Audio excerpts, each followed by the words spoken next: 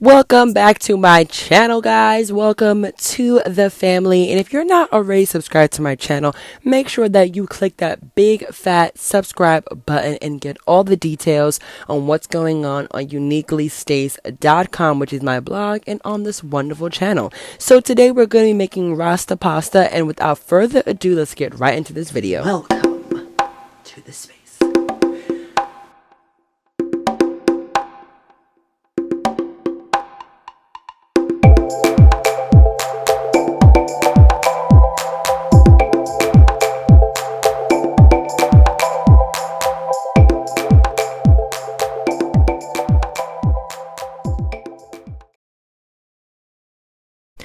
So this is the first time I'm making Rasta pasta. I've had a lot of family friends and family members make this for me, but this is my first time actually making it myself. So you already kind of know the list of ingredients. I just want to point out that the main ingredient within Rasta pasta is the jerk seasoning. This is what makes the dish so powerful and so delicious. Adding in that jerk seasoning, and you can do mild, you can do extremely spicy, whichever floats your boat, but just make sure you have the jerk seasoning. So here I have some chicken breasts.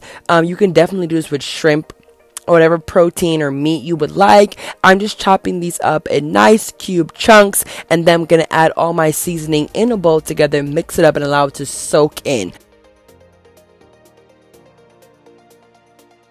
Adding all our dry seasonings into the pot, make sure that everything gets well combined and well coated, and then we're going to allow this to sit and soak in a corner for a few minutes while I chop up the additional ingredients to go inside the pot.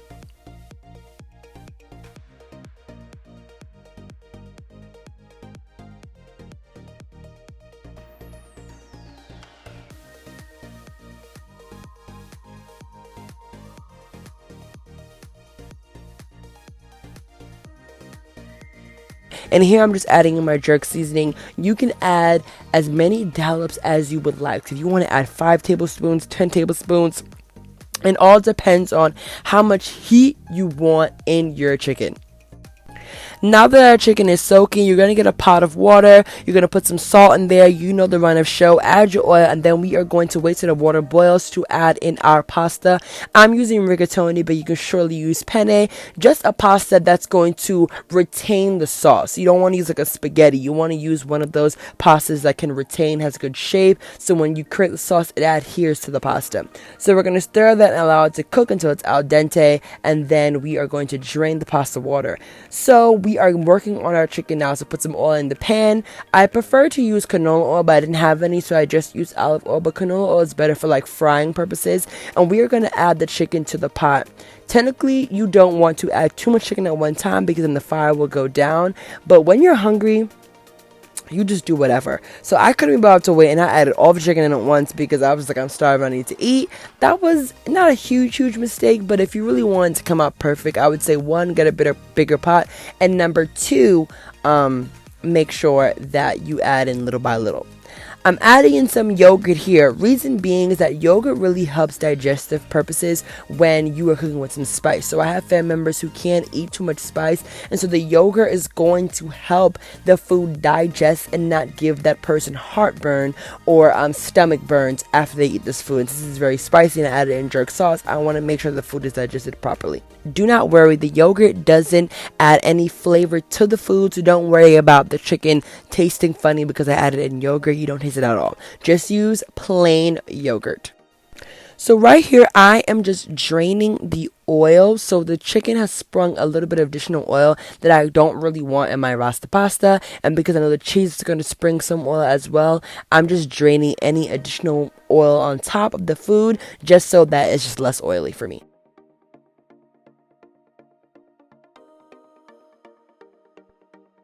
While our chicken was soaking, I chopped up some peppers, some green, red, and yellow peppers, and now I'm just adding it to the dish. We've drained our chicken, and I'm just adding this to the dish right now. I'm mixing up and sauteing it for a few minutes because I don't want my peppers to be very soft. I still want it to have a nice crunch to it.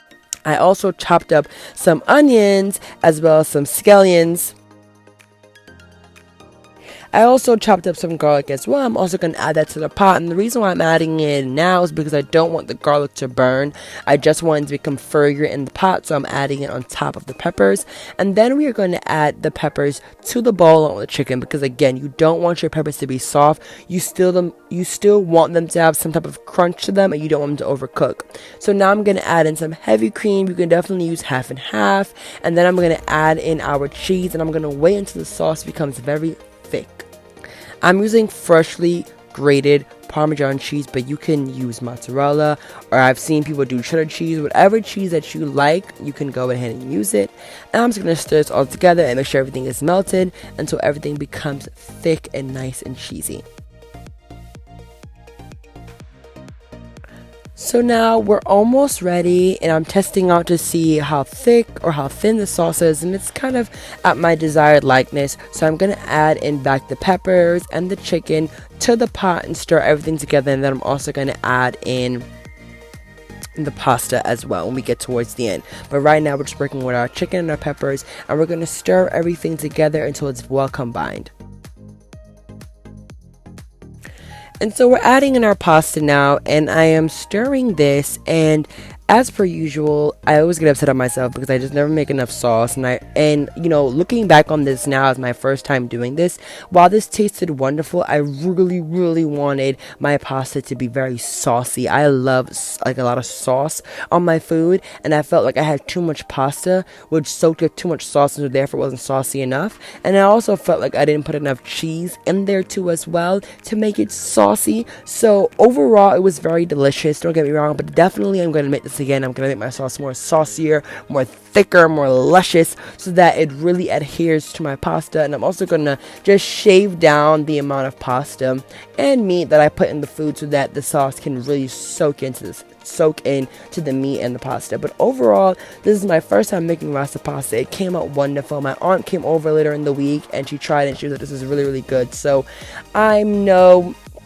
it's my first time trying it. I'm definitely going to try it again. I'm definitely going to film it for you the second time around when I try it and see how my second attempt goes, and then judge my first attempt for my second attempt. But overall, for a first time, it was very delicious. I truly enjoyed the chicken. It was tender. It was soft. I can taste the jerk seasoning. The pasta was delicious, and the peppers were very crunchy. So thank you so much for watching, guys. Truly appreciate it, and I'll see you in my next one. Have a blessed day.